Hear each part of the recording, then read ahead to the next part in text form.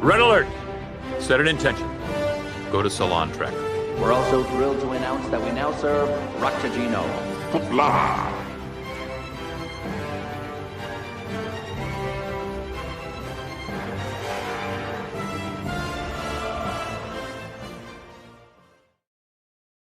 Ahoy, hoy, friends, and welcome to the Salon. I'm your host, Stan Williams.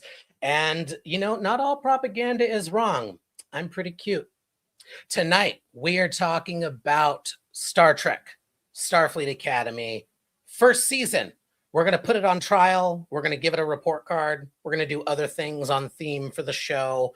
So get excited. Before we do all of the podcast things, it's close enough to 6:30, and I just need y'all to know that. We're live on YouTube Thursdays, close-ish to 6:30 p.m. Everybody's getting lively in the chat. They don't need it to be on the dot, but we are at Salon Trek there on YouTube and all of the social medias except for Instagram. On Instagram, we are at the Salon Trek. The Salon Trek. We are also on all of the podcast places. You guessed it, Salon Trek. And if you want to throw a couple of dollars our way, we have some fun benefits, including at the $5 level, bonus episodes in which I get progressively drunker. March may or may not be a doozy. Get excited. And we have some fun stuff planned for the summer as well. Before World War III starts and the Star Trek future begins. That out of the way, and that just really, really rough segue into our fun episode. Yikes, Stan. Let's disassociate for the hour and beam on over to the 32nd century. And speaking of temporal nonsense, coming to us live from the Salon Department of Temporal Affairs, which is also known as West Hollywood. We have a special guest this evening with us. Matt Jennings from 1701, A Blurred Story, is coming to us live with our Matt. Matt Jennings, how are you? Welcome. I'm so good. How are you, Stan? So excited you're here. Thank you for joining us. Hi, Matt. Also joining us from Palm Springs, the best number one there is. Trevor, how are you? Strong and a little tart. Speaking of a little tart, here's Krista. I am. I'm not wearing a bra. That's not the tart you were meaning. Same. That's not what you meant. I can segue into either of these two divas. Let's go with Matt. Nope. Let's go with Wow. Bye, I everyone. was looking. Bye. Matt, I love it when that happens. Oh, and I had a good bit too. You miserable fucking bitch. Hang on a second. Speaking of bras, I could segue to either of these two divas. Let's go with Will. Hi, Will. You cunt. I'll never forget. I had a joke. I was going to say, just like Krista, my breasts are also tucked into my socks. I just love that it's not the first time Stan has stared into the wrong box. Yeah. That will not be the segue. Speaking of serving cunt, here's Joanne. How are you, Diva? I am well. Eternally serving cunt. Yes. Y'all, we had... When's the really well part? He's done it twice, I think. Oh, well. For those just listening to the Salon, there's a lot of cuntiness in the YouTube chat. Feel free to join us Thursdays, 6:30 p.m.-ish. Yeah, here. Whatever, y'all. And to the Department of Temporal Mechanics, if y'all could mute yourselves when you're mumbling to each other, please. That'd be just fucking great. We have important business to attend to over here. We have fans that we're trying to interact with. Great. This is fans? Just only fans? Problematic gay alert.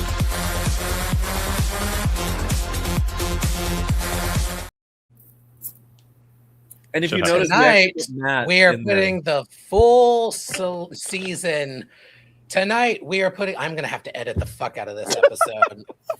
Tonight, we are putting the full first season of Star Trek Starfleet Academy on trial and grading it. But before we do, we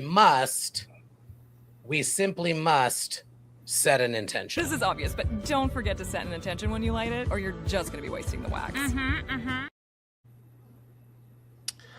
Indeed, we must. To set an intention tonight, in honor of Caleb's mother not being a villain, I thought it would be fun if we went around the room and shared what Star Trek character's mother do we think would make a great villain. As always, I will start us off by sharing that I firmly believe that Keiko O'Brien, so Molly O'Brien and Kiriyoshi O'Brien's mother, Keiko, would make an amazing villain.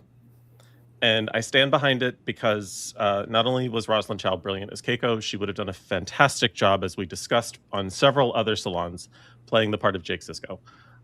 So that's my story, and I'm sticking to it. Speaking of the inventor of that theory, William, who do you think has a mom that would make a great villain? We should not tell that because... on the Patreon. On the Patreon. We can talk about where that came from. Let me finish. Monetize that story. It's hilarious. Yes. Okay. I apologize. I just real quick. I just have to warn folks. Last week, certain topics came up, and I could not promote the salon, so I just wanted to get ahead of that. Given that was it me? It was me, wasn't it? Probably, but I don't understand what was wrong with what I said. I'm Nothing. appealing it. Nothing. Absolutely nothing. It's the problem with it was AI.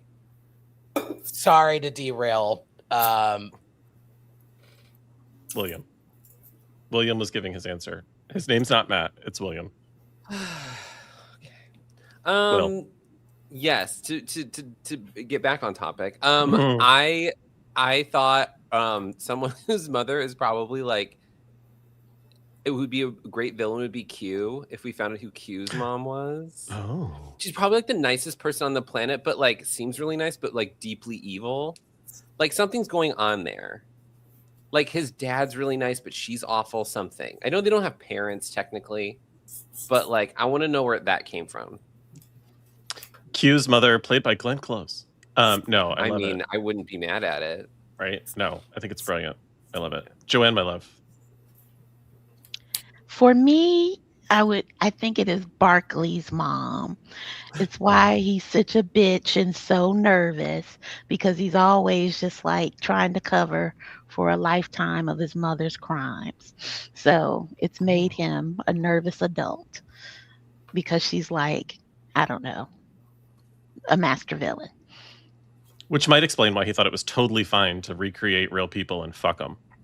I like it. Krista? I couldn't think of one in universe. So I'm going to say my answer qualifies for any universe, television, otherwise made up. It doesn't matter. It's Kris Jenner.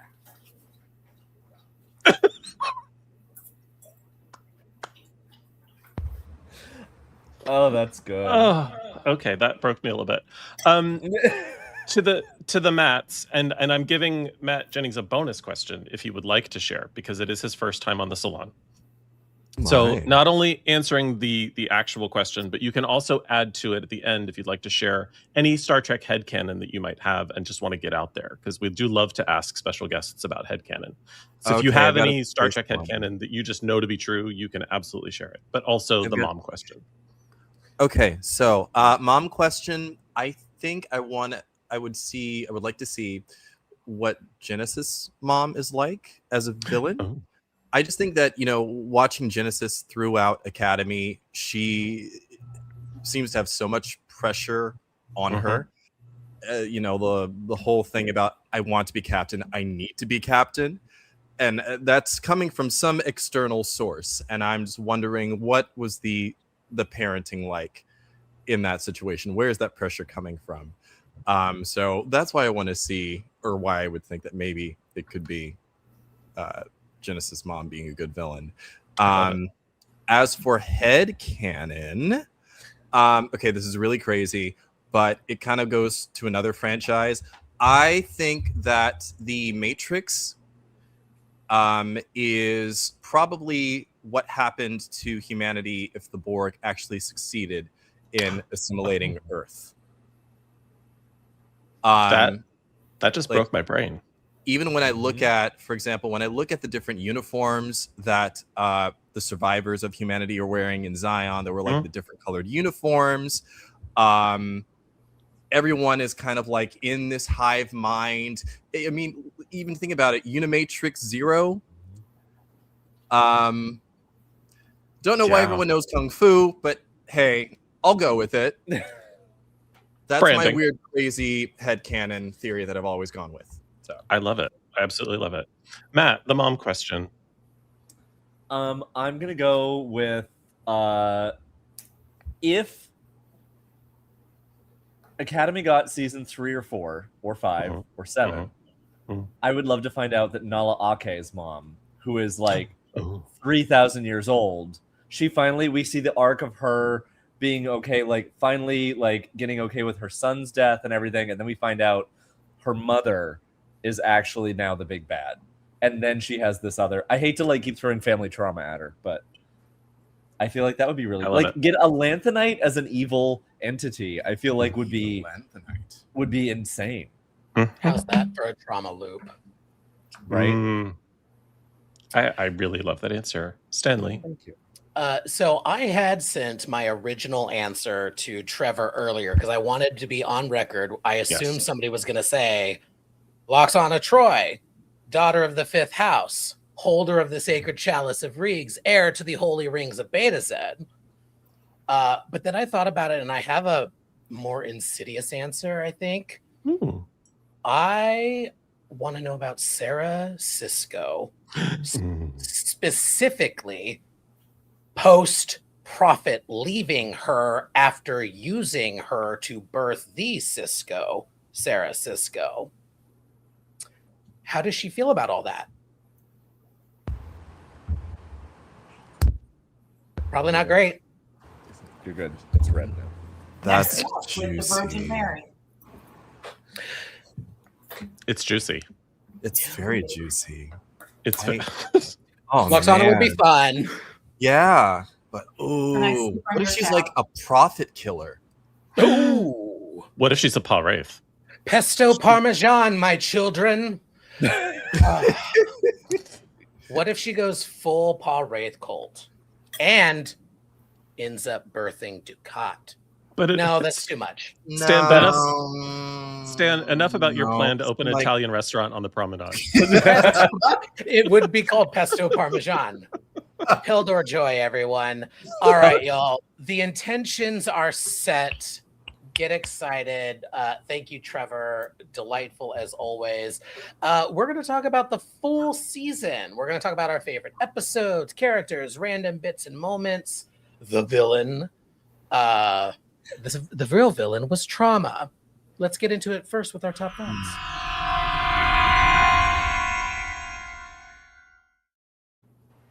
I loved it. No surprise to anybody who's been following along on the Salon.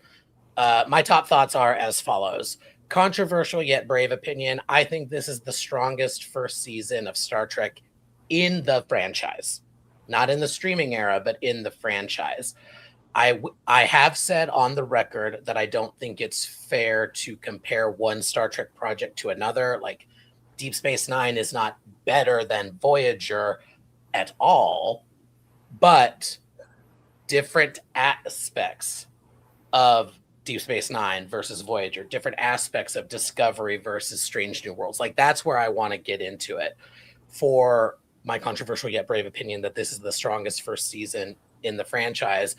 It's got serialized stuff. It's got episodic stuff. We've got quintessential Star Trek, small stakes, large stakes.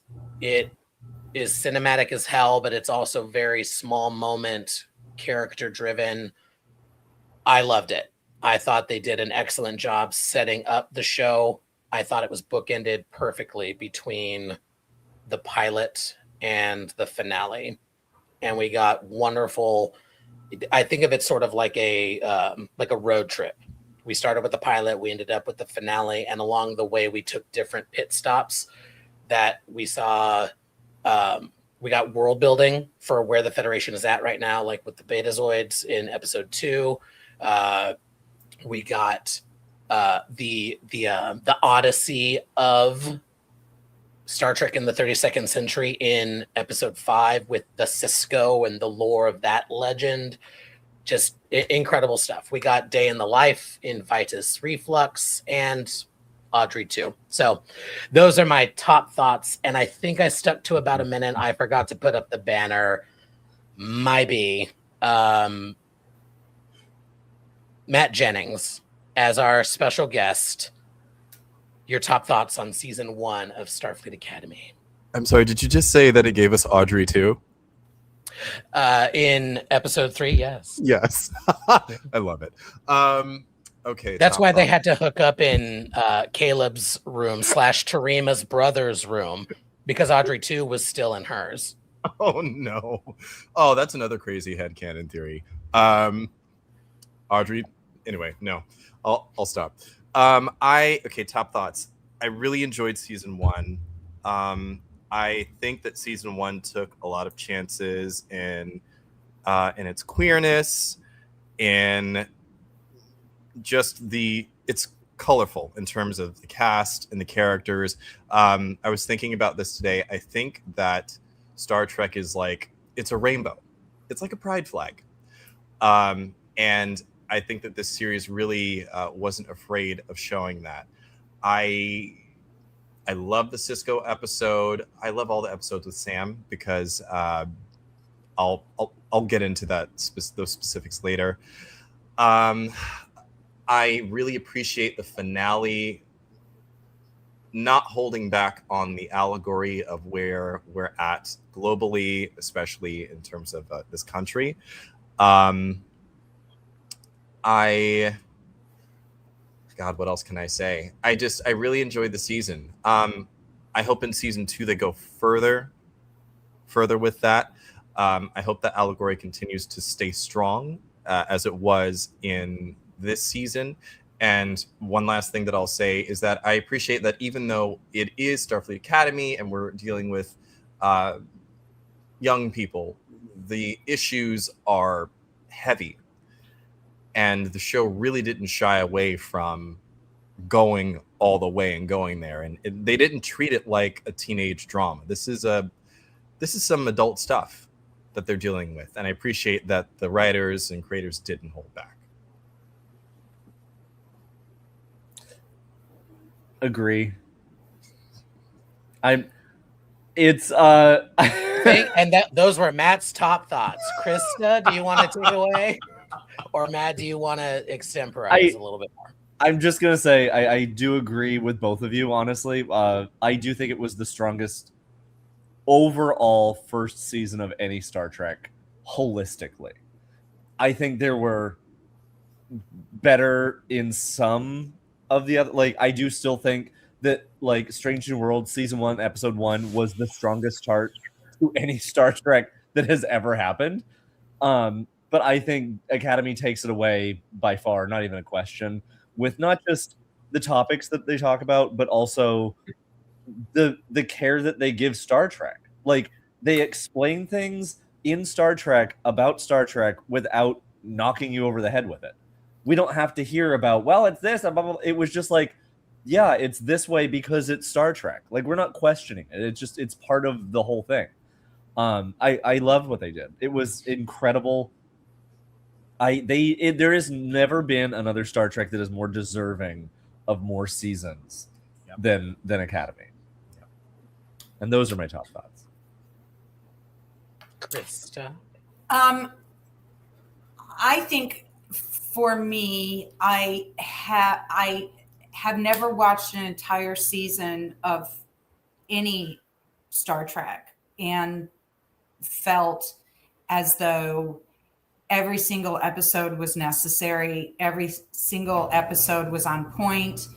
And the feeling of sort of hope and joy that comes from every single episode, these are not heavy episodes, and yet they serve their purpose. They form the allegory. They teach you the message. They show what it is, but it's not at the cost of your, emotional well-being.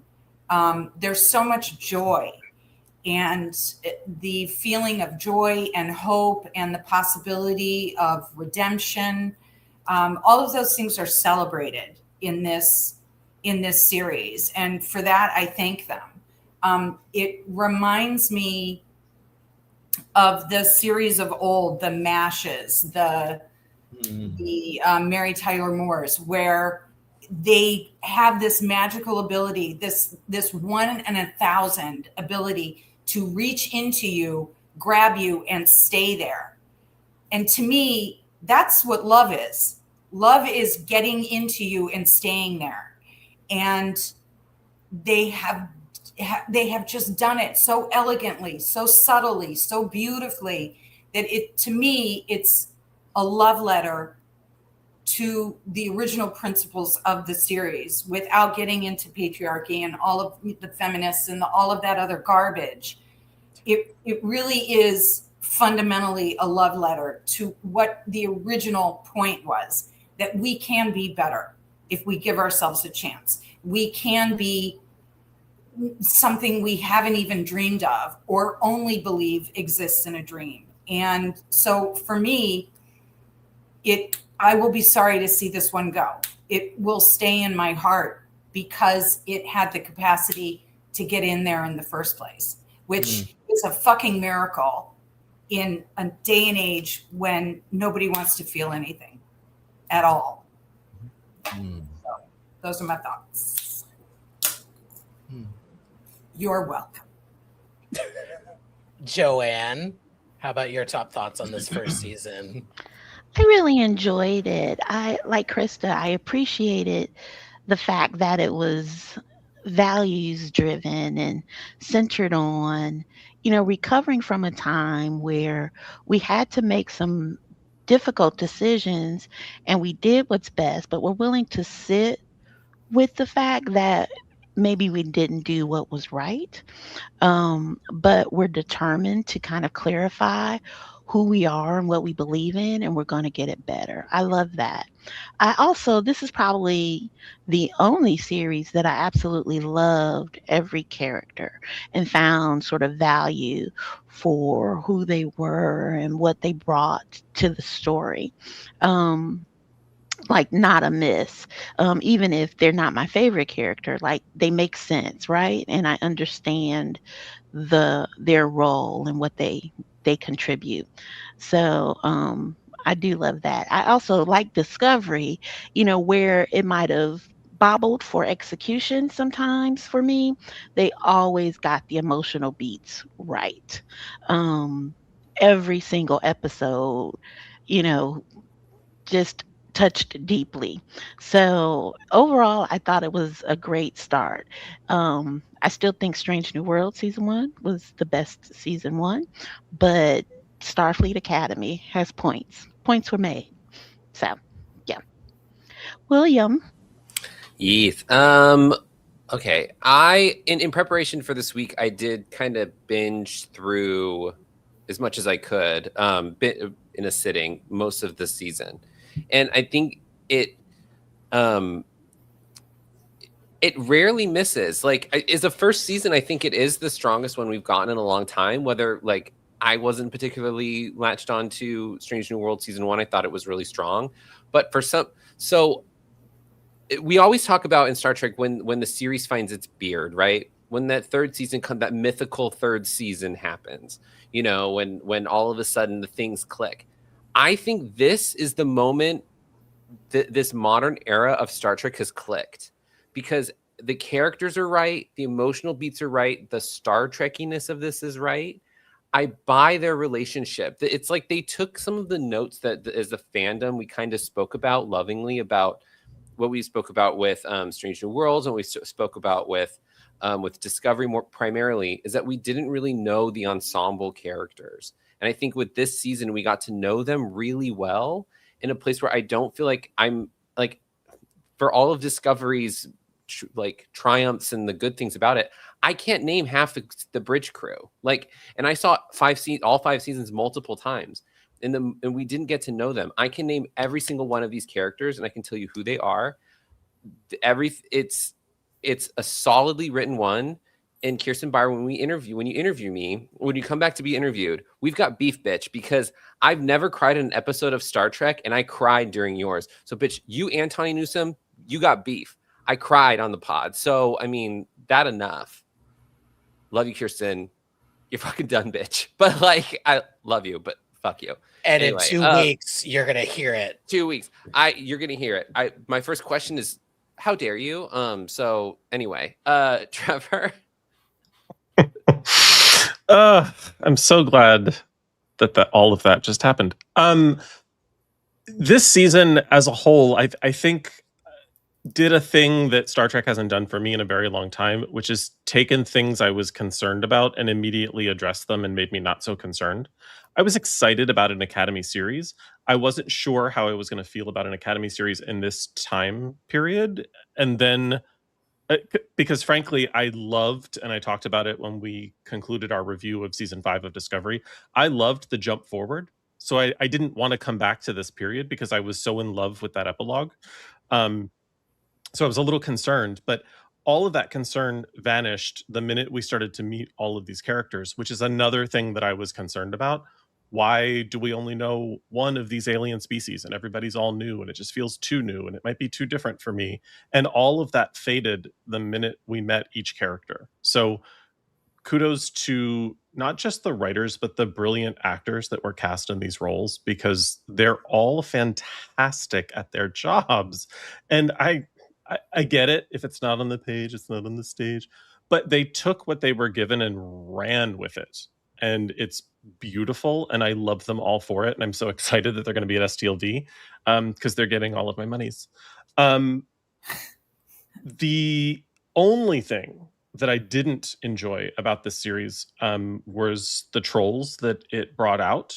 I don't understand the hatred that came from people who claim to be fans. I'm just assuming based on our brief interactions with some of them that they're not actually fans. And a few of them even came for us, and more on that later. Those are my top thoughts. Yeah, fuck the trolls. I don't want to blame Paramount for this per se, but I've been thinking about it a lot, and I think the way that this show was marketed, I think could have used a few tweaks. And like its budget, whatever. I think like the trolls are going to troll, but I do think there were a few people who were primed. I say a few people, a few kinds of people who were primed to hate this show, in part because some of the marketing was like, oh, this is the YA Star Trek, so it's not for whatever, insert whatever. This is why I mentioned in the pilot episode, like, oh, I think people need to give this a bristle watch. The old Trekkie fans, watch it, scoff at the contemporary language, watch it again, and then pay attention to what's actually happening, like what is actually being said, not how it's being said. Normally, I'm very flip of that. It's not what you say, it's how you say it. Here, like Star Trek has always been allegory. So, you know, you're seeing the Federation put on trial. It is very clearly propaganda, right? Like it is, yeah. And specific to who's to say, certainly not YouTube, apparently, because whatever. More on that another time. Anyway. Can I chime in for 1 second? Please. You see the pencil. It's happening. Yes. Only because, and there's a banner for this. I think. Let's find out. Like internet trolls are one thing, but fuck Rick Berman. Like going on. Oh, there's definitely a banner for this. Going on a fucking podcast, and while this show is still in production, and while this show is still airing for all of us, or streaming, or whatever the fuck we're gonna call it. And talking about how you don't appreciate contemporary language in Star Trek. Fuck you. I don't appreciate watching 15 years of your Trek and never seeing myself depicted. I don't appreciate you burying gays before they were even born. Fuck Rick Berman for criticizing something that's still in flight when no one did that to him. No one from the original series was coming out and shitting all over Rick Berman and his ideas while those shows were in production. Were fans hesitant about TNG when it first premiered? Absolutely. Were fans critical of DS9 unfairly because racists are assholes and are going to be racists? Yes. So DS9 got unfair criticism. Janeway got unfair criticism for being a woman. All of those things are true, but the production was not attacking another production. And regardless of what Rick Berman thinks he was doing by going on the decon chamber and shitting all over the way that this show is depicting these cadets in the future, fuck off, Rick Berman. That's all I gotta say. Sorry, I had to get that out of my system. I didn't want it to sit there and fester. Yeah. Krista has a pen raised. Well, I'm reminded of the first kind of trolling that I heard was this idea that it was going to be 90210 in space, and a super popular show. How terrible that would be. Well, also kitschy and trite. So, you know, it was sort of disparaging before it even got out of the gate. Mm-hmm. The thing that I felt after I watched the entire series again is that I think the idea of sort of celebrating accountability, sensitivity, these things that we normally associate with, and I don't want to piss anyone off, but we normally sort of associate these things with nurturing female tropes. I think it really shrinks a lot of dicks. And I think that people get really nervous about having a mirror held to their face in which sensitivity is sort of celebrated, where vulnerability is celebrated. And, you know, I've got to say, this series couldn't come at a better time, because we need to go in that direction. And I think that one of the things that I personally celebrate about this series, it is, to me, it strikes very female perspective mandate. There's no dune buggies. There's no, you know, there's pumped up men, but they're not toxic masculinity. They feel safe enough to feel, with the exception of Caleb for a while, but there is a sensitivity there. It's not, we're going to fuck our way across the universe and drive a dune buggy. That is a very male perspective. Sorry. And maybe Joanne can back me up here, but I mean, I like a dune buggy much as the next guy, but give me more. Mm-hmm. And this is giving me more. It's substantial. It has a point. It has a meaning. It's not, and it makes people uncomfortable. It makes people uncomfortable because it is such a departure from the very cardboardy presentation in the early years of what masculinity meant, what being a, you know, super cocksmith, when it's, you know, your basic president, you know, inert cum stain. This is his idea of masculinity. We're moving on from that. Your views are not the views that represent the majority of people, and the majority of people are kind of looking for something where they feel safe and they can express themselves and they can feel safe while doing it. And this is one of the only shows within the Star Trek universe where that can be done. And I really feel like that has a lot to do with Kristen, with Tawny, with the people behind the camera that are now making decisions about one part of this entire franchise. And overwhelmingly, the trolls, you know, they're like 1%. They're nothing. Most people enjoyed it. And I think that that's very threatening. because it threatens a worldview of what this is supposed to be. This isn't your mother's Star Trek anymore. This is my Star Trek, and this is his Star Trek, and that couple over there, and it's not yours. So quit gatekeeping. And yeah. No, you're going to compare it to something. Compare it to Buffy, you dumb fucks, because it's more like Buffy. And I don't want to get into that, but 90210 was not Buffy. Buffy had a point. Buffy had a message. Buffy was allegory.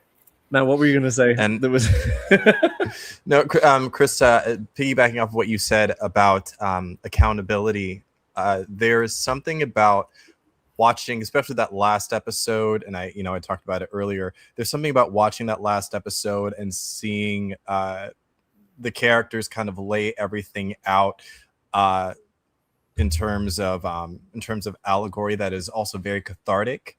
And I think in this country and globally, we needed that catharsis. We need to see people held accountable. We need to see people say, "Yeah, you fucked up," or "I fucked up." We needed to hear Nala Ake say, "Do you want to follow this child?" Right. That has a I can't remember This what the line happy child. Trigger happy child. Yeah. We needed that. That was necessary. And I also think in regards to the trolls out there and the principles of Star Trek is a history of the future. Mm-hmm. And I think in the last 10 years, we, as bleak as things seem right now, we have been getting closer and closer to that future. And I think that Academy taking place in the 32nd century is just another manifestation of that future. And we're, when we're seeing it happen in real time, and we're seeing it now depicted on TV, you have the people that are so hell-bent on maintaining their power, their mindset of what is supposed to be. They're so hell-bent on maintaining that when they're seeing it happen in real time, and now they're seeing it happen in television as well, they're scared to death. And I'm not saying that to make anyone feel bad for them. I'm just saying that there is a triggering there. I mean, look at what is it? Stephen Miller, who decided to go on X and troll it. I call him like Baby Nosferatu. But yeah, look, when you have someone like that, or you have Elon Musk trolling your show, you're doing something right. And I really want to say that it is, Trevor, I'm so glad I want to say I did not know Rick Berman went on and said that. Yeah, neither did I. Like, and I think everyone on this salon, Matt, you definitely know how much I viscerally hate that man. Like, I actually, if I see him in STLV, cannot be held accountable because I'll be drunk. So I won't remember what I do. But you're easy to steer because you're little. It's fine. Well, I am. We'll get you away. Yeah. But the thing is, like, I'm not surprised because this is the antithesis of everything he wanted his little boys club to be the entire time. It's what he fought against in DS9. It's what he fought against. Like, it's all of the stuff that we needed to see for the last 20 years that he put a stop to because, oh, well, they're not going to accept it. Oh, well, we can't do that because, and he would just jack off on the power that he had and say, oh, well, we can't do that because the network's not going to, not like having the balls to say, you know what, this is what Star Trek is. So to hear that he was going on and bad-mouthing with a couple of dude bros, sorry guys, like they're not the most, open-minded and great people on, I love them to death, but they're not the cutting edge.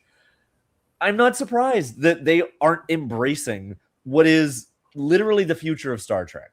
And the more that we're in the 32nd century, the more I'm loving the idea that, like, we needed to have that separation in 90s Trek of like, oh, we're 400 years in the future. Now we are so accustomed to seeing new technologies. We kind of have to have a Star Trek in the 32nd century to get us away from like, oh no, it's not just a new iPad that they're carrying around, and they're not just being like, we now can programmable matter, that type of thing. So it's like it makes me love Academy even more hearing that. because we need that. I don't think you have to. I don't think you have to say "dude, bro," and then immediately say, "Well, I love them." Give them the grace of being indifferent to them.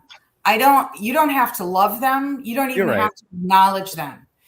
I guess I just don't want to lump the two of them in with him. If your philosophy is so viscerally offensive to a population of people that you may share or not share, I give you the grace of indifference and my hand.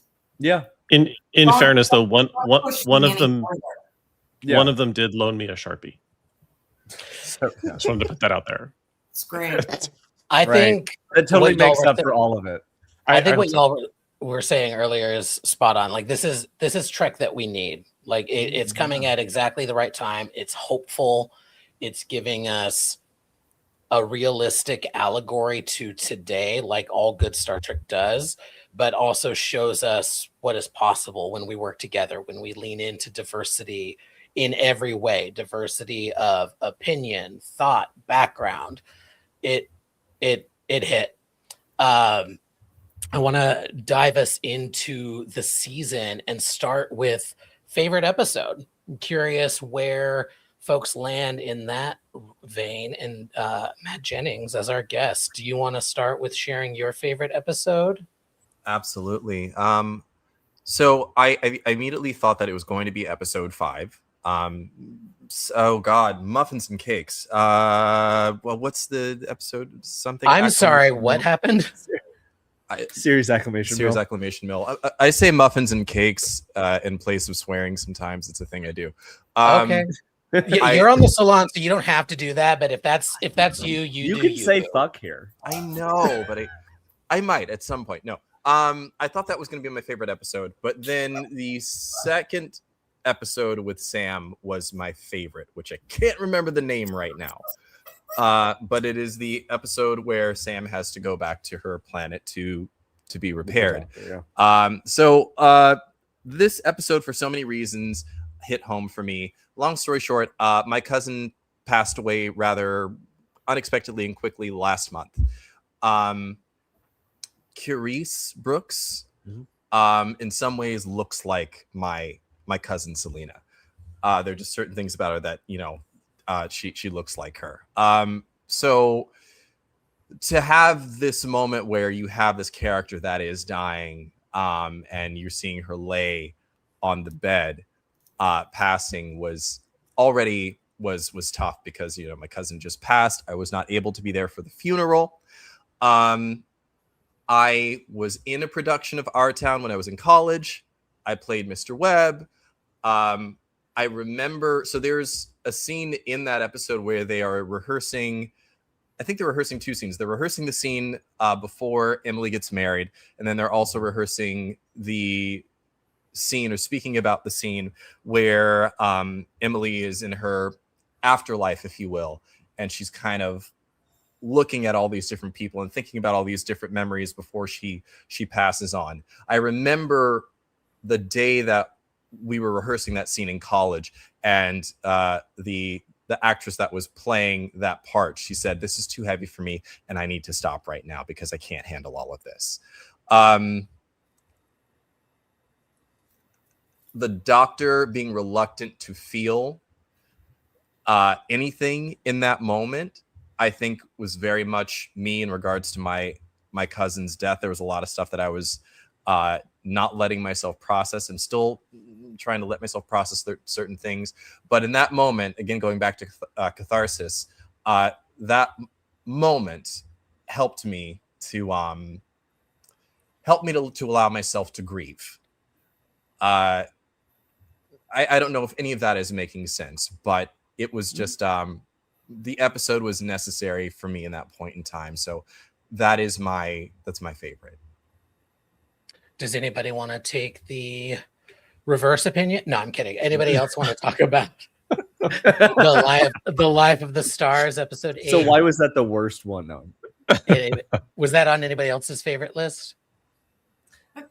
Not that it wasn't a good episode, but I want to make sure we're getting to everybody's favorites. Christy, you were going to share your favorite episode. I was going to say the second Sam episode, reduced me to a sniveling mess. So yeah, that one. And more than that, as regarding the actress, if they get a second season or however long this one goes, I am so excited to see where this actress goes.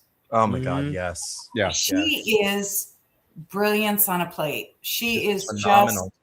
Just joy, and everything is so on point. I cannot wait to see if she gets the freedom to really, even outside of this universe, going into other avenues, if she's allowed to really explore her range, because I think she is truly a find. She is an absolute fucking find, and she eats the screen whenever she's in a scene. You cannot take your eyes off her. She's just exceptional. So for me, any episode with a huge disproportionate amount of Sam is going to be one of my favorite episodes. But I think in terms of the celebration of individuality, finding your place that works for you within your culture without having to sacrifice your culture, all of that, every single episode was that in some regard. I will say my least favorite episode, if I could say that, is episode, I think it's 5. And it's not for any other. It's not episode 5. I can assure you of that. No, is that the one where the Furies come in? No, that's episode 6. Episode 5 is the Cisco episode. Okay, no, it's not episode 5. Girl, you're about to be canceled by everybody else on the internet. Much like directions, my remembering the shows is like left at Taco Bell, park in the bowling ring. I don't write them down. So I think episode 6, and my issue with episode 6, and maybe it's actually positive because it made me hold a mirror up myself. But I didn't have any problem with the sexuality. I had no problem with the nudity, whatever, go for it. You people are young and nubile. I envy you. Yet motionless, as Joanne would. I'm not going to critique it in like Oh, that's right. You missed that week. We critiqued it. Don't worry. I might have hated that. But the part that held a mirror up to me was I had a visceral reaction to I felt like they minimized Caleb's feelings of being violated. I thought they really jumped away from that very quickly. And I spent quite a bit of time trying to figure out why that bothered me so much. Like, why was I fixating on it? And it might have been having watched a lot of Secrets of Mormon Wives. Don't even start. Don't start. They are a mess. Because one of the people is doing a fake thing about assault. Anyway, it's neither here nor there. My issue was that I felt like they really jumped it, and I felt like that was sort of an opportunity lost. That it would have been nice to explore the idea that being intimate with someone does not necessarily mean they know everything about you. It doesn't mean that you have a right to everything about that person, and behaving in a situation where that might, as a betazoid, you might have thought to mention that could maybe happen, because otherwise it does feel like a bit of an invasion. Yeah. And speaking of, while you're invading me, I might be invading you in a different way, just so you're aware. well, I mean, and I think we all hold things, you know, we can be in the most loving Maybe don't phrase it relationships. that way. I've been married for 34 years, but we didn't really know one another, start revealing those kinds of really deep-seated shit until, you know, 5 years in. I mean, Yeah, it takes a everything while. it was butterflies and roses and everything was great. And You got to lock them down with paperwork before you get to the real no, shit. you lock them down with sex. So the thing is, it worked. But that's a button. That that's a button. I'm down with that. But I It think has to be.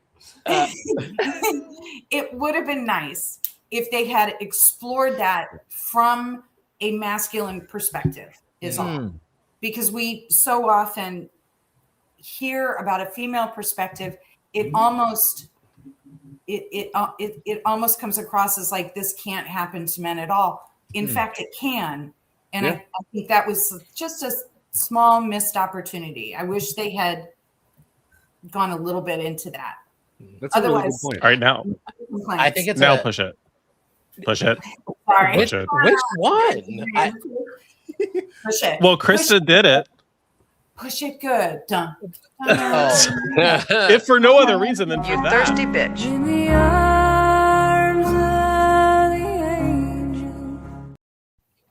Ooh, baby. She's weaving in and out of the agenda, going from masculine trauma. Joanne, look at you, man. I don't know which How she rolls, yo. I will say that is an excellent argument for longer seasons. This 10 episode bullshit, I've had enough of it. Joanne, trying so hard. Trevor, go for it. To do what? Whatever derailment you want to do. I was you gonna warned me this was a piggyback. derailed one. I was going to piggyback off of what Krista said by saying I appreciate that it's one of the few times that Star Trek shows us how the alien needed to be conscious of the customs of the human versus the human always being conscious of the custom of the other. The Betazoids are completely open. There's no deception. There's no secrets. There's no it's, completely transparent society. That is a one-off in the galactic neighborhood. And so it would have been nice. It was nice to see that depicted in that episode. And I agree with her on everything she just said. That was it. That's all. That wasn't a derailment. Everybody heard Trevor. Aliens are pay wrong. more attention to us. Listen to the human perspective. Damn it. That's not what I said. Assimilate to us. Yeah. Yeah. Not what I said. That's what Trevor said. The Put that Borg up or as a the banner. Federation, either way. But Joanne, apparently, if you deviate can from the agenda, please, you get for the love misquoted. of God, get us back on track and share with us your favorite episode from the first season of Star Trek Starfleet Academy, please. Just make sure that's all you share. Joanne can say whatever the fuck she wants. So my favorite episode is episode 4, Vox in Excelso. And it's the Klingon episode. And I loved it for a number of reasons. But overall, just because of the they not like us of it all, whoever your they is, right? And I loved seeing Jaden kind of come to terms with himself and his passions and what was important to him. And that, his friend, they had to wrestle with that because, people struggle with folks who are passionate and see things that, are dealing with things that are urgent in their lives, and they mistake it for, I don't know, they mistake it for a lot of things. But really, it is your passion and urgency as a result of your lived experience. And if your life isn't urgent as a motherfucker, I don't know what is, right? So I just loved how they unpacked that in the context of, what was going on and the world building that it did for the Klingons, that they're my people. I love them. So, by far, it was my favorite episode for sure. And Matt thankfully got his white Klingon he was so desperate for. Wow. Bitch. Can we let Matt Jennings say something meaningful? No, Joanne, please? you said something incredibly profound. You said, if your life isn't what? Urgent like a motherfucker. Yes. That Then needs I to don't be know on what it. Then what? Then what? I say, then I don't know what else is, right? That needs to be on a t-shirt. It's very Love Jones. Got I'm it showing tattooed. my age. I'm That's showing my age. That's Joanne's tramp stamp. She's got that tattooed right Yeah. above. Yeah. Well said. I also like the white savior of it all, without Yes. really bothering to understand the necessity of their culture to them. If only Real to quick, them. though, Krista, I want to make sure Matt knows we're not talking about Obel Okay, at move this on. point when we say white savior. Just so you're clear. Well, I mean, I think the debating, particularly with Caleb and Jaden, it came across as very, it is our responsibility to help you. And, oftentimes I think people sort of force their help without actually being asked for help. And they certainly weren't asking for help. And I think Joanne pointed out when we covered that specific episode that the ending, I miscategorized it as performative, and she corrected me appropriately and said it was ceremonial, and it was ceremonial. It was an understanding of another culture's importance in their traditions. And I think that the entire episode sort of pointed out the dangers of savior complex, and also help or subjugation disguised as help. Subjugation. Speaking of subjugation, flesh. Matt, I've been a little bitchy with you. Do you want to share your favorite episode of the season? I will, but I also want to say that I feel like the point that Chris I will, but I'm not going to respond to that. Thank you. No, take it. What I was going to say is I feel like that is one thing in anything that I see, and a lot of the comments that came after that episode, people glossed over the fact that they are arguing Caleb. God damn, what it was? Jaden. The other Caleb, Jaden, Darum. Thank you. A lot of them were having that whole like, well, we're Starfleet, we have to help them. Like, of course we do, but like we know they said no, but we still have to. We know better. Like, what are you talking about? And it's like, it's sit down, shut up, and get away. Like, they said no. No means no, and I don't care if you might have more resources. A society, you don't get to just force yourself on it just because you want to be the hero of your own story. Yeah, it's very so colonial. I feel like I'm glad, Krista, I'm glad you brought that up, and Joanne, you're always right. And I want In to fact, say we have a banner for that. I know, we do.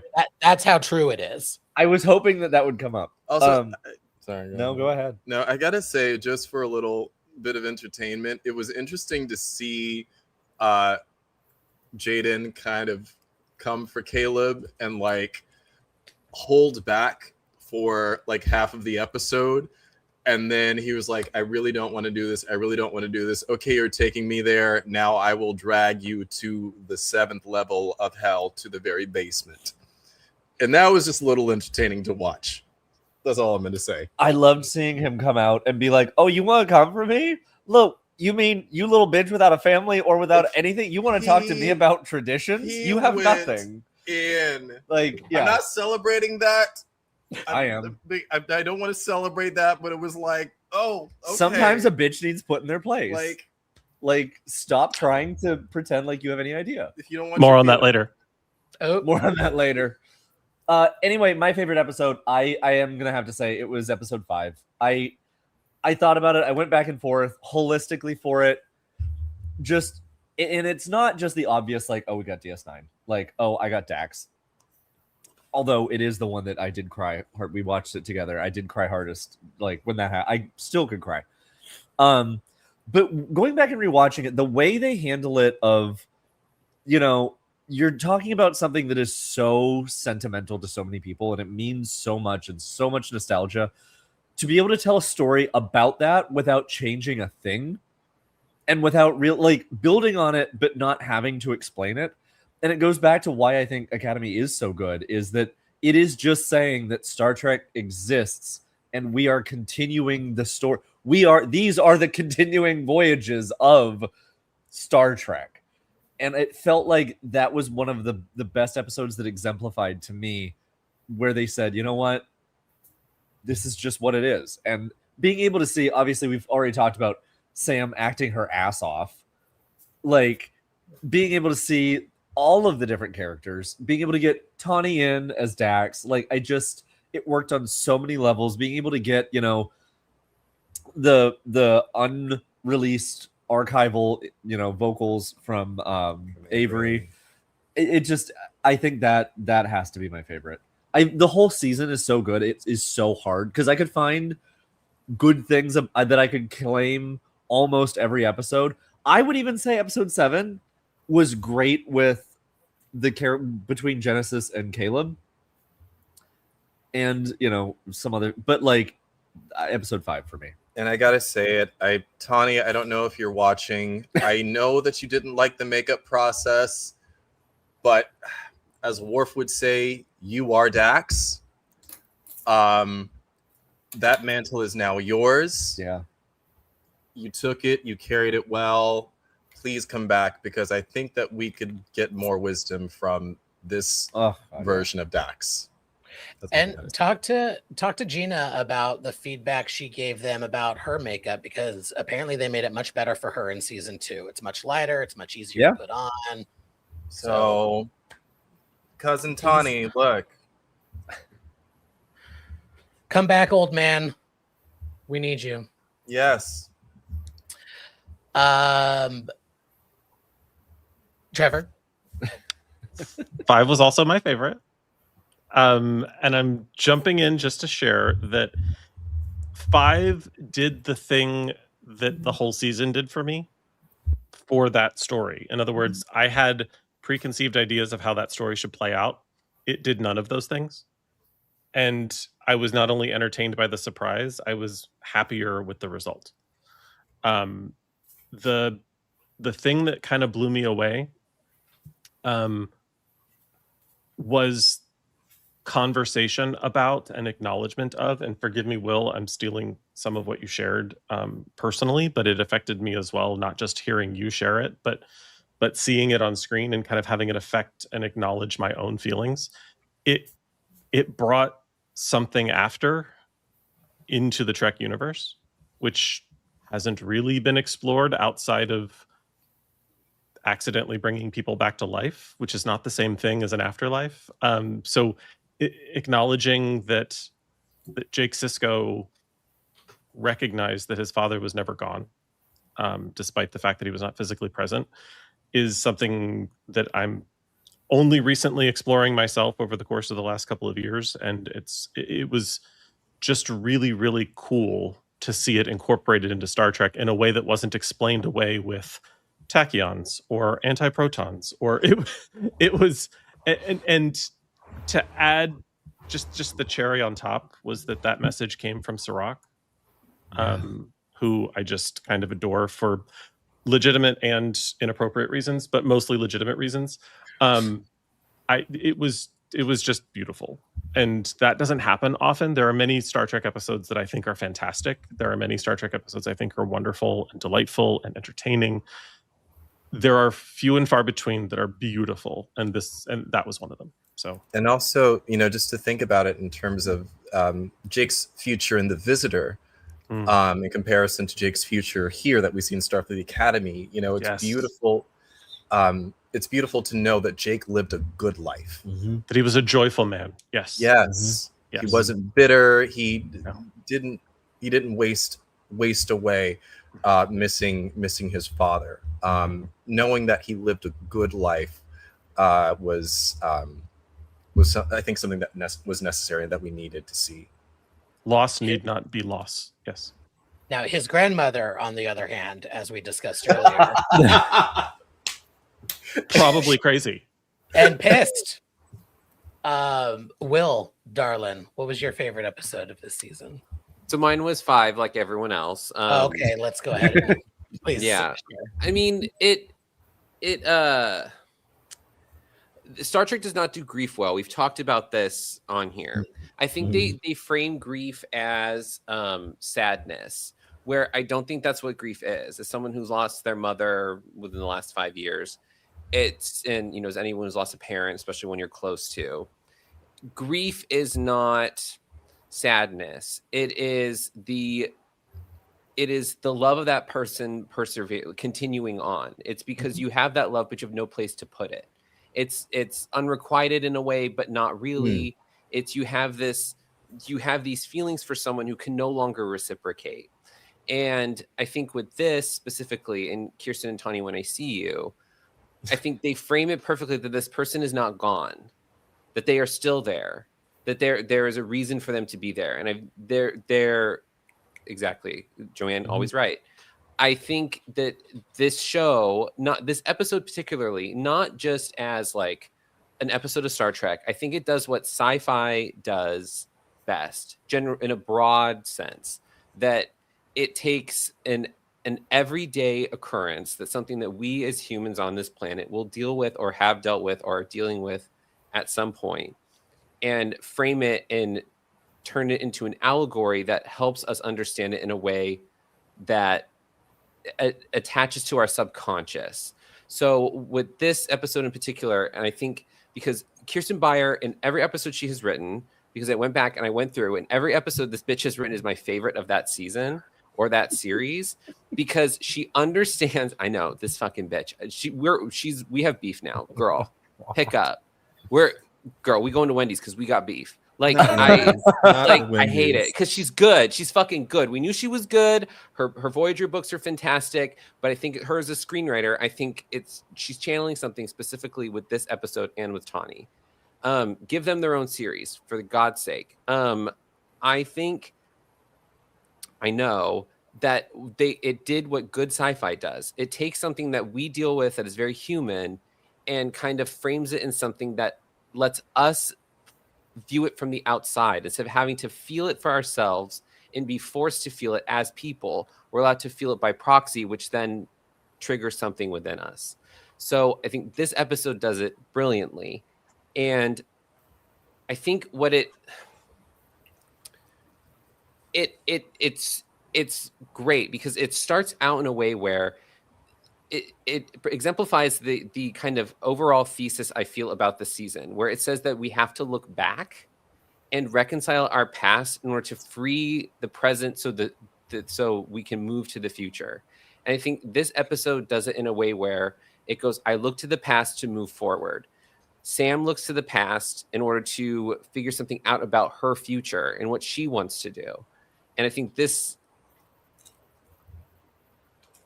of it is like the midway point, brilliantly, because it looks back to something that we're all very familiar with, which is Sisko, DS9, his path as the prophet, and Jake looks to that and then goes, how does someone who is being put into that position now then look to the past and go, look to the people who walked this path, how they navigated it.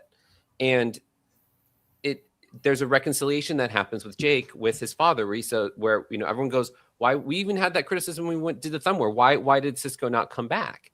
Like he exists now without time, without space. He should just return immediately. Like we wait for him to come back the end of the episode to walk on the promenade. Like you wait for it, but he's gone.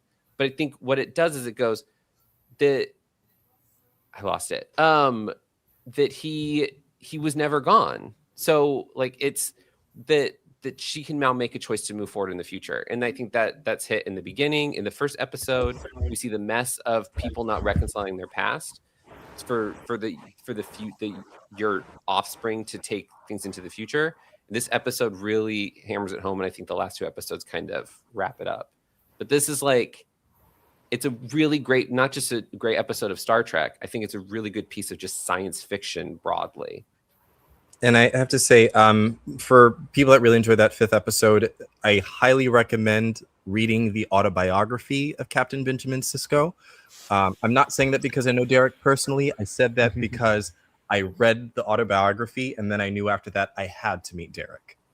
So I highly encourage any fans, read the autobiography, because that is, it gives us a little bit more of the in-between. I always think of it as like a progression to episode 5. So I highly recommend that as well. And you can see that Trev has it right there. I think it also, the grief is also that indefined period where you're untethered. The thing that you might have been tethered to is no longer there. So the thing that defined you to a certain extent is no longer there. So I think for Sam specifically in that episode, she's feeling untethered from the idea of what she thought she knew. And it bleeds really nicely into the following episode where she has to kind of stand up to her makers and say, I want to be me, separate.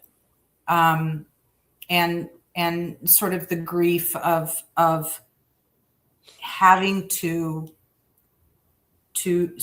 say goodbye to an idea, say goodbye to a commitment, say goodbye to things like that. That's also grief. But overall, wasn't it just such a lovely example of fan service without being a Metalis-esque slap in the face? Because it served the story. It wasn't like, oh, we're bringing this thing out. There was a reason for it, and it connects thematically.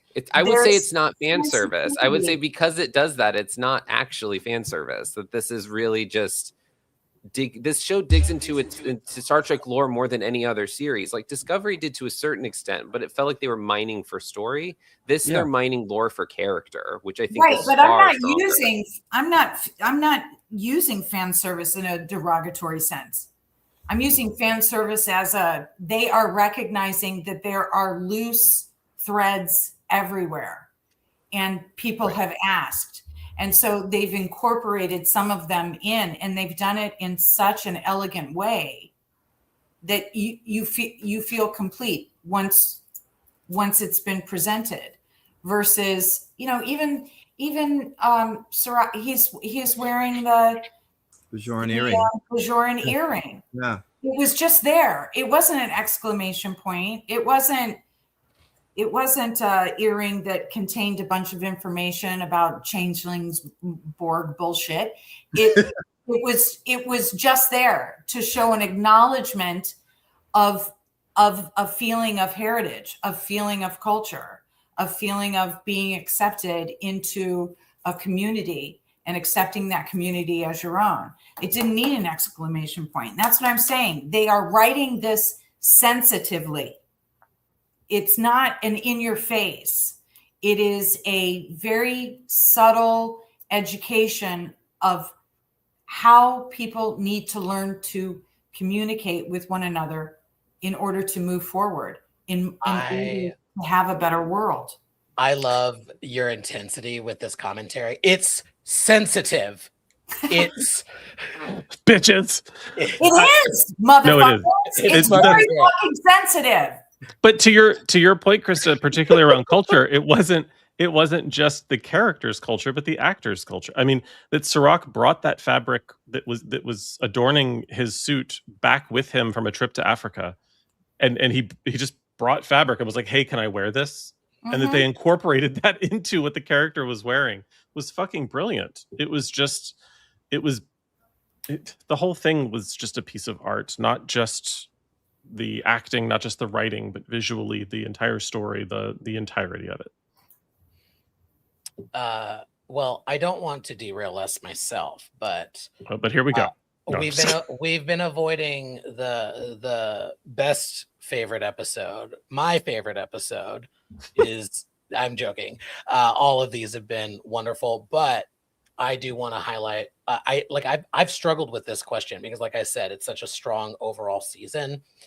But I think, perhaps controversially, my favorite episode is episode 3, Vitus Reflux, because of a few things in particular. Number one, I like that it's a very day in the life kind of episode. It's like the Data's Day of Starfleet Academy. I was worried that the rivalry stuff would be too much, and they could have dialed it back a little bit more overall, but I think it was just about right. Maybe a little too much at times, maybe just right in a few ways. Like what happened with Bobby, I think hits in part because these were rivals that, like, it was waning, but it was still there.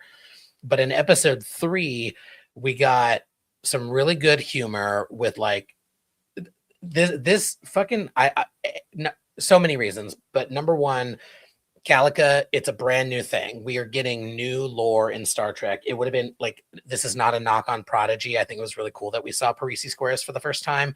It would have been really boring if they had just done a live action Parisi Squares. Like, we got something new in new Star Trek rather than harkening back. Like we were talking about with episode 5, they were latching onto the lore perfectly. Here, they were giving us something brand new in the 32nd century. They were world building. And we got some excellent humor. Laura Thok, spoiler for the next question. Laura Thok is so fucking good. Gina Yashere is such a goddamn delight. And the release the drones, it makes me cackle every time.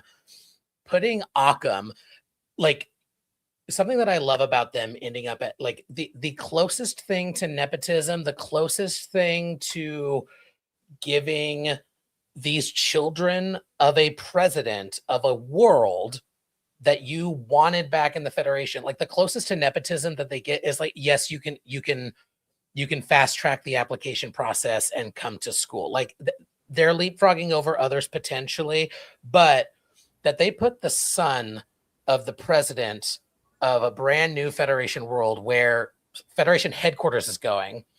It's like, yeah, you can be on the Calica team, but you're going to be the fucking mascot.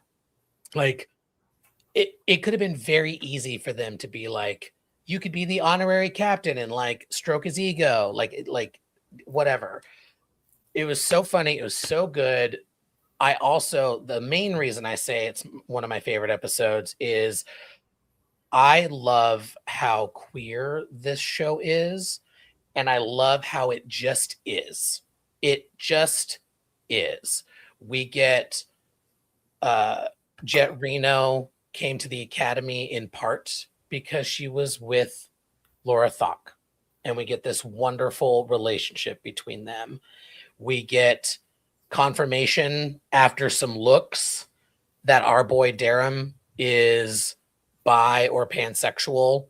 Not clearly defined because it doesn't need to be. Labels in the 32nd century don't matter, right? It just is. He talks about banging practically everybody in that locker room. And I loved the queer representation that we got in Discovery.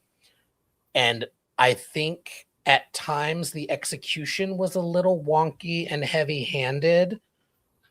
I think today's society needed that in a few ways. I think we're far enough removed. I can be a little more controversially honest in this public podcast and say some of the performances in those efforts were the real problem, not necessarily the writing. I loved what they gave us, though. Here, I kind of hearken it to Schitt's Creek. It just is. Like, Schitt's Creek is a wonderfully queer, tiny little town wherever it happens to exist in the universe. and it just is. They do, like there was like it just is, and I just love how queer this show is with that. And like I want to be careful when I say it's not in your face about it, because I'm not coming at this from like a Jim Bro, I'm not one of those kind of gays bullshit perspective. Oh, we know that it's just lived in. You're not a Jim Bro? Okay, let's dial back the bullying just a smidge, you cunts. No. For a second, you want to Physician, heal thyself. He's so math. He's so Dom. Stanley with his Stanley Cup. Me with my gesturing. For the record, I do not have a Stanley Cup. I am not that basic. I am basic in other ways. Anyway, season 3 or episode 3 was great.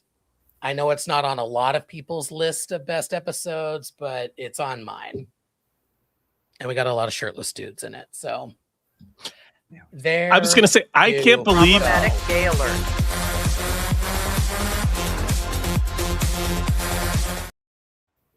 I couldn't believe you got through that entire thing without talking about the scene in the locker room. Well, what? The real standout of that wasn't even in the locker room. It was. I'm going to hit it again. Everybody pay attention to the top middle right. Problematic gay alert.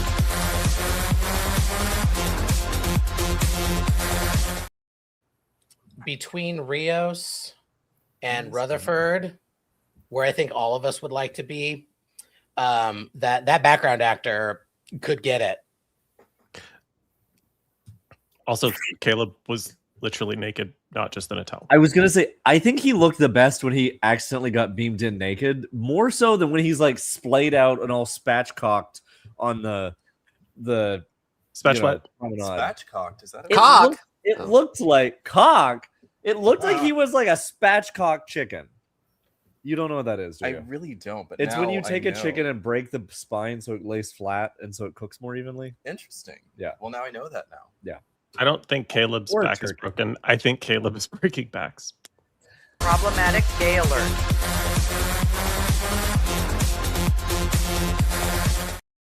Or maybe he wants to have his back broken. Somehow, That's really fine. No, Matt earned that one. Problematic gay alert.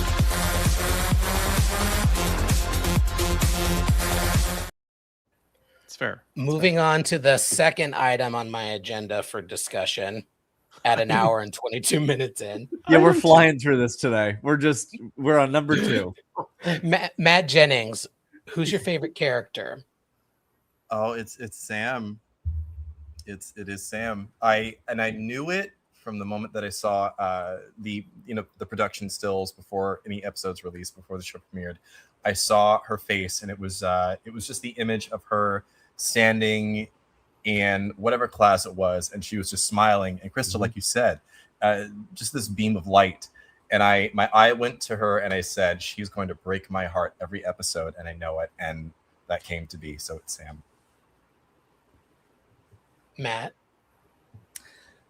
This isn't going to be a surprise. It's Nala Ake. Like, not even like at this point in the series, she might be my favorite character in Star Trek. Like, she might be hands and feet. I mean, obviously Jadzia Dax, close second, but Nala Ake might be my favorite character in Star Trek. Like, I love her. I love the way she's Holly Hunter in general, but the way that they have given her the bandwidth to be this captain that can do all these things, that she has a reason for being so smart. It's not just that she is that smart. I just absolutely love Nala Ake. So yeah, Nala Ake. Krista. I don't really have a favorite. I like all of them. If I had to choose, I love Sam, but I think Laura Thok, just every time she opens her mouth and barks something with so much, just so stern, and it's comical. With honorable mention, special mention to specialist, what is it, Krebs, who just can't get his shit together. I love that dude and his fur fly. I'm with Jake on that, but I think Thok is good. I like them all. I mean, Sam is just special. She's a dragonfly amongst butterflies. It doesn't even make sense. No, it does make sense, and that's so beautiful because it's like you have all of these beautiful things, and it's like uniquely beautiful. That was so well said, Krista. Thank you. Speaking of, there's Jadzia, who has been in and out all night. She really wants to be on the stream tonight. She's been guest starring a lot, including her butt. Speaking of the dragonfly of the Salon, Joanne, who's your favorite character? I was like, he better not segue with butt. I'm equal parts Sam, and I came to terms with it this last episode. I think it's Caleb. Like, I'm a little obsessed with him. He's so big. Like, that fascinates me. I don't know why it does, but every scene I'm like, he's such a big guy. I don't know. We could unpack that in a number of ways, I'm sure. But big guys make me feel safe. But so I'm equal parts Sam and Caleb. How about that? Yeah. Will, on controversial opinion, but on my binge, I think it's Durham. I really like him. I think the actor's really charismatic, and I think he's doing something that's kind of hard to like pull off. Like, he's a douchebag with a heart of gold, which is so hard to kind of play well. I think the actor, I think he's really lovely. I think he's I think the character's really interesting, and I like, in the last episode I found myself really gravitating towards when he realized, like, oh, I'm the pilot. Like, that kind of moment where he's like, oh, I can fly it. Like, he kind of found his place. Like, he thought he was going to be the captain, but he's now the person that pilots the ship, which is kind of like, not the person that commands it but makes it go. I think is like kind of an interesting lateral move. But yeah, no, it's Durham for me. I just want to throw this in. So funny. At the beginning of episode 5, Jaden, the way he screams, Jaden, like, I'm in love with you. But it's not even like that. It's like it reads less like, oh, it's probably like, he's attracted to him, whatever. But it's like, it's jealous that his friend has another friend. Like, it's like he's jealous that Jaden is like popular, I guess. I don't know. It's very strange because it reads more like that. It's that. I know where it's going. I know where it's going. Jaden. I'm aware of what's happening, but I'm saying it's funny to me because it reads a little more like, stay away from him. You're not spending as much time with me now that you have a boyfriend. Like, it feels like that. It feels I don't know. It does. It does to feel more like you're my friend. You have this boyfriend. We don't spend any time together. It's like, are you jealous of the boyfriend? It's just that, he's attracted to whatever. Blah, blah, blah. It's giving very that. But it felt more like, it just feels more like he's jealous that he has a boyfriend. It's just funny. Trevor. Caleb, for two very important reasons. Shut up, Matt. Not our special guest, our same old Matt. No, I'm kidding. No, I'm kidding. Shut up, both of you. No, seriously, everyone, shut up. No, this will come as no surprise to several of you who've met him in person. I'm a sucker for a smart hottie. I'm sorry if you're super smart and super hot. Do with me whatever you wish. Caleb is both of those things. Problematic gay alert.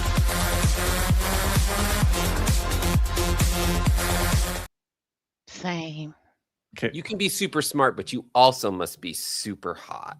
I mean, if you're gonna put a ring on it, yes. Yeah. But like you can't be super smart and not be hot. But you can't be hot and not be super smart. Is what you're Super saying. smart makes you. Well, I don't know what Trev is saying, but for me, part of me, It just super sounded smart funny to makes me. you hot. Yeah.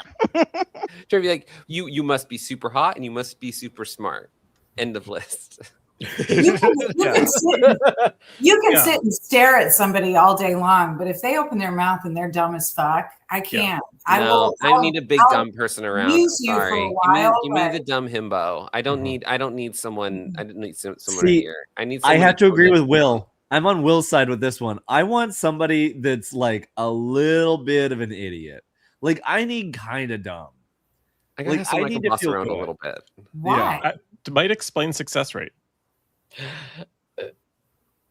I'm just saying you're not married. I don't even want to know the pool you're swimming I don't in. want to get married. No, not you. I'm talking to Matt. We were going back to bullying Matt. Not you, Will, the other Matt. Thank you. Yeah. Not you. Circle back. Third Matt over here. There's 3 Matts here tonight. Yeah. The Matt column in the center. No. I'm saying like maybe if they're hot and a little dumb, maybe that's why it doesn't work out. Maybe you would have. but more they haven't even success been that hot. Maybe you would have more success long term if they were smarter. Yeah. Or you hotter. should lean. So anyway, into Star that Trek. role. Or both. I mean, I do have to say I like that because one of my fears before getting into Academy was when I saw some of the trailers center around Caleb, I thought that we were going to center around the stereotypically hot character. And I like that throughout. I like, for one, that it was more of an ensemble throughout the season, but I also appreciated that although he was hot and he was smart, he was humbled every time. Mm-hmm. Yeah. That is what made it refreshing for me, because I was very concerned that he was just going to be the hot guy that wears glasses and all of a sudden now he's sympathetic and all of that. And it's a very 90s trope, but I'm glad that Academy steered away from that. And in large part due to Sandro. I mean, Sandro's performance is just, holding his own with people who were acting before he was born. Yes. And also knowing how to act when getting humbled. Because he never felt like he was like taking it personally or anything. Every single time he got his ass handed to him, like with Jaden or with any, like it was always just like this, like, oh shit, I didn't even realize. He does that whole like, I said something that I didn't realize what I was saying so well that you can't even fault him for it. You're even like, just do better next time. Like that's what I loved about his performance throughout the whole thing, which I really appreciated. It wasn't like, how dare you? I'm the hot, smart one. You know, like it was just like, oh. This works in all the ways, both superficial and deep. Yes. Yeah. I'm sure it's very deep. Them lips. That deserve both of you. Push it right now. Push it right now. I bet it's Shame 9 on you. inches. Problematic gay alert.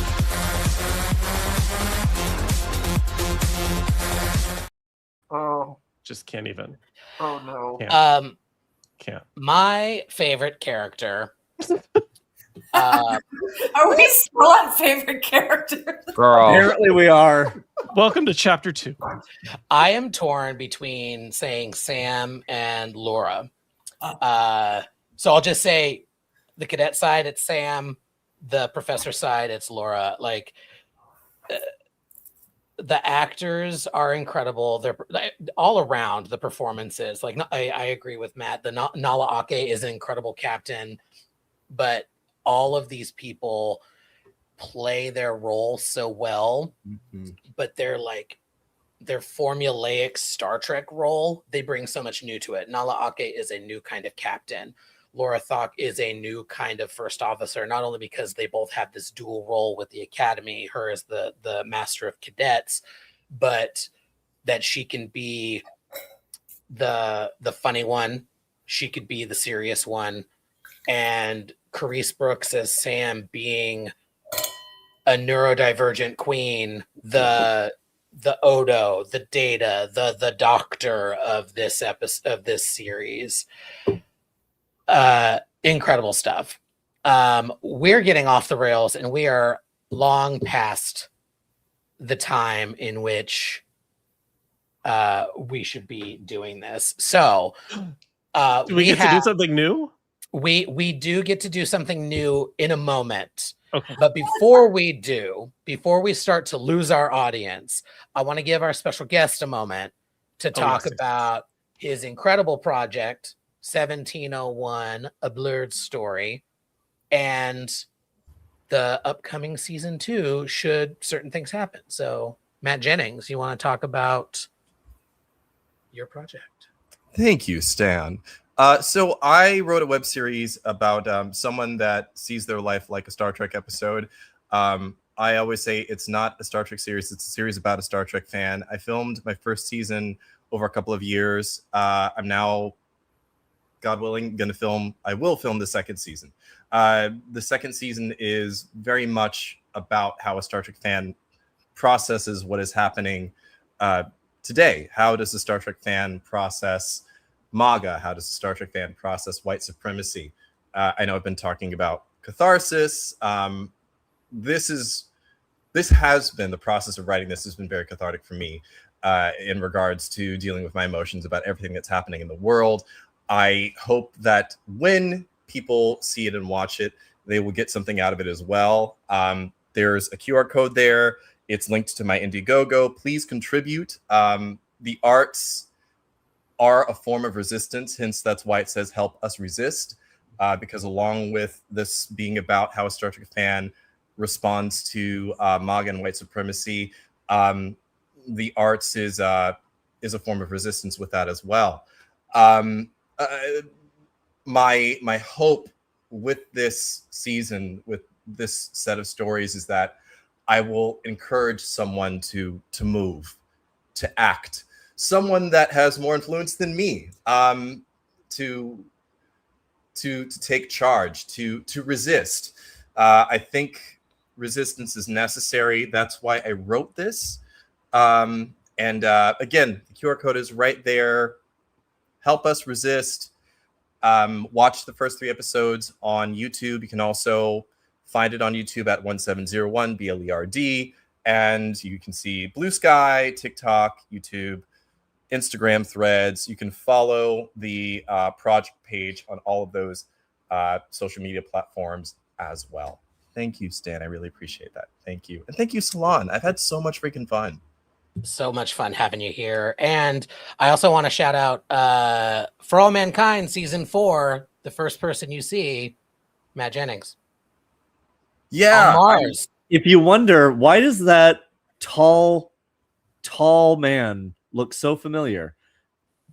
He was actually the one that delivers the pad. I deliver the pad. It's funny you mentioned that. I've been actually watching For All Mankind finally, and I was that Leo DiCaprio meme. I was like, wait, I was very mad at that moment. So it was cool. And something that doesn't get enough credit with you is you also got to love on the Okudas a little bit too. Oh on yeah, set. the Okudas were there, and instead of making sure that I got the line right for the director, I wanted to make sure that I got it right for the Okudas, because this is like still COVID and they had their masks on, so I recognized who they were immediately. They had their Picard hats on from season 3, and I ran up to them and I was like, guys, you don't know who I am, but I know exactly who you are.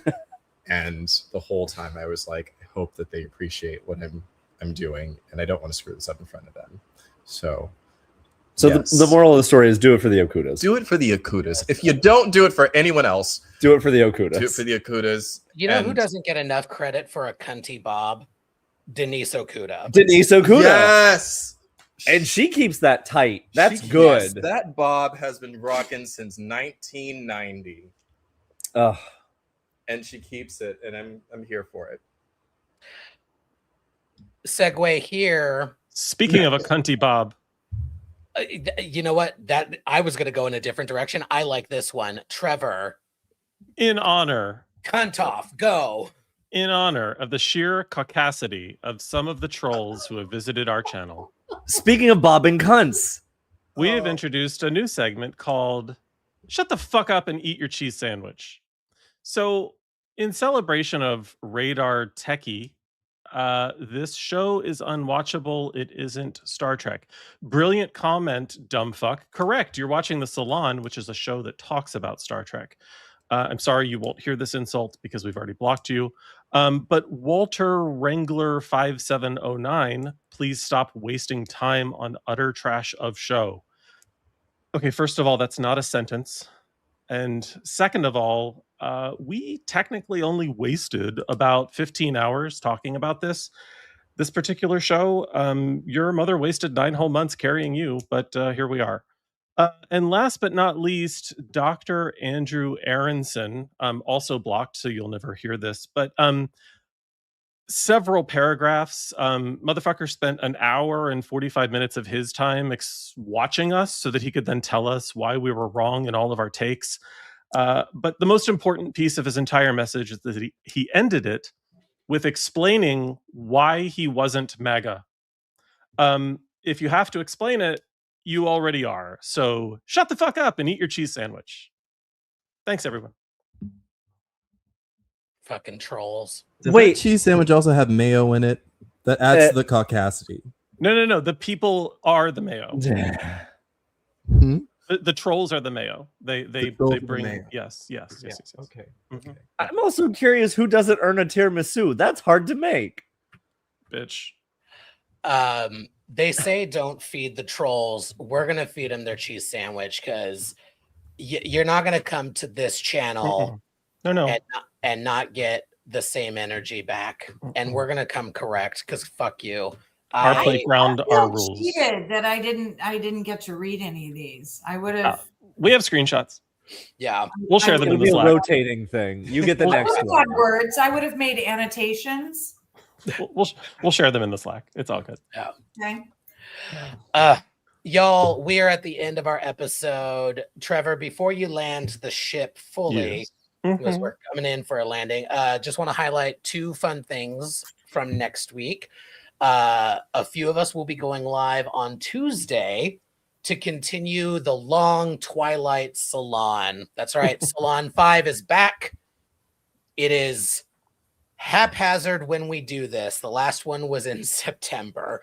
Has anything happened since then?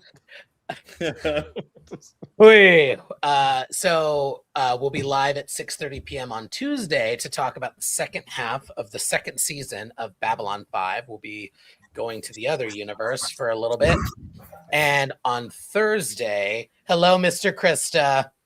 Next Thursday at our usual time, we are going to be talking about the short treks, not the very short treks, but the short treks. We'll be talking about all of them, our favorites, more we wish we got to see.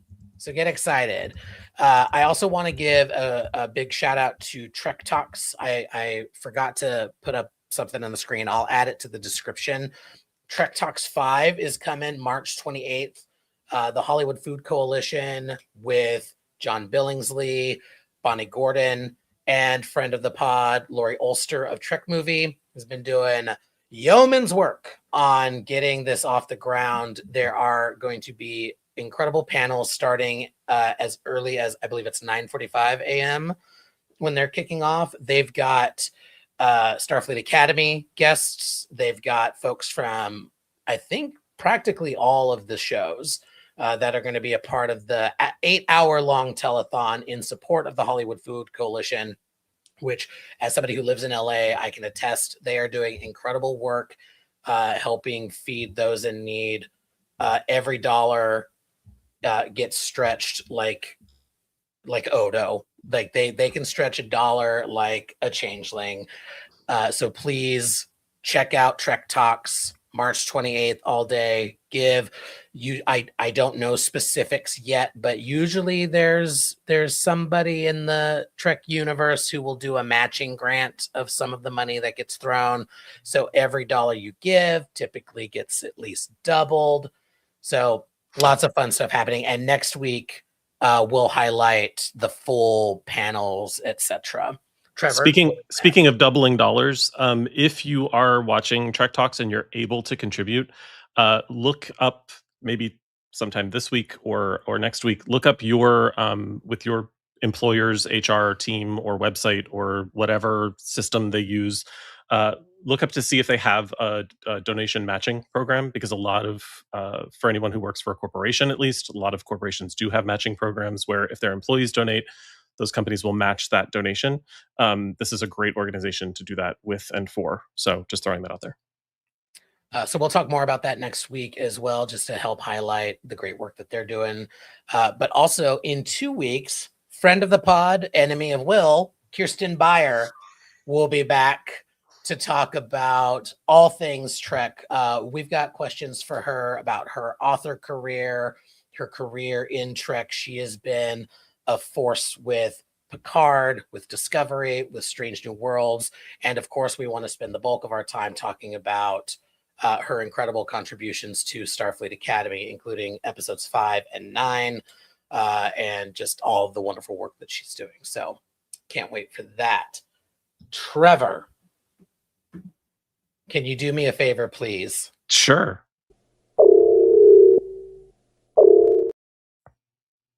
Land the ship. For the first time ever, I'm giving a warning. This one is all over the fucking place, so just bear with me.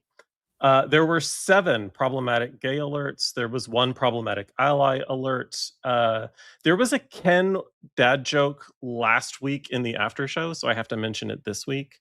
Stan fucked up a segue once. Jake read the co-hosts in a comment once. Krista dodged a bullet once. And Matt actually resisted the urge to do a Holly Hunter impression at least once, possibly more. I gave 1,000 bonus points to our friends at the Sharpie Corporation for your great markers. I gave 1 million bonus points to Matt Jennings for matrixing the Matrix. I gave 500,000 bonus points to Will for proving that vulnerability is strength, because he's one of the strongest motherfuckers I know. I gave 5,000 bonus points to Krista for getting in there and staying in there. I gave her an additional 500 bonus points for shrinking dicks. I gave 500 bonus points to Mr. Krista for making an entrance. I gave 6 million bonus points to Joanne for being urgent as a motherfucker. I gave 400 bonus points to Matt Ricks for being you and putting up with our shit. I gave 1,000 bonus points to Dragonflies Everywhere for just being fucking beautiful. And last but not least, I gave 1 million bonus points to Caleb Muir for still being hot as fuck. I gave 1 million bonus points to Jaden Craig for being gay as fuck. I gave 1 million bonus points to Sam for being beautiful and joyful as fuck. I gave 1 million bonus points to Genesis Light for being brilliant as fuck. And I gave 1 million bonus points to Darren Ramey for being deep as fuck. I said what I said. Damn right. And that is a Salon, everybody. We will see you twice next week. Matt Jennings, thank you for joining us. A pleasure to have you.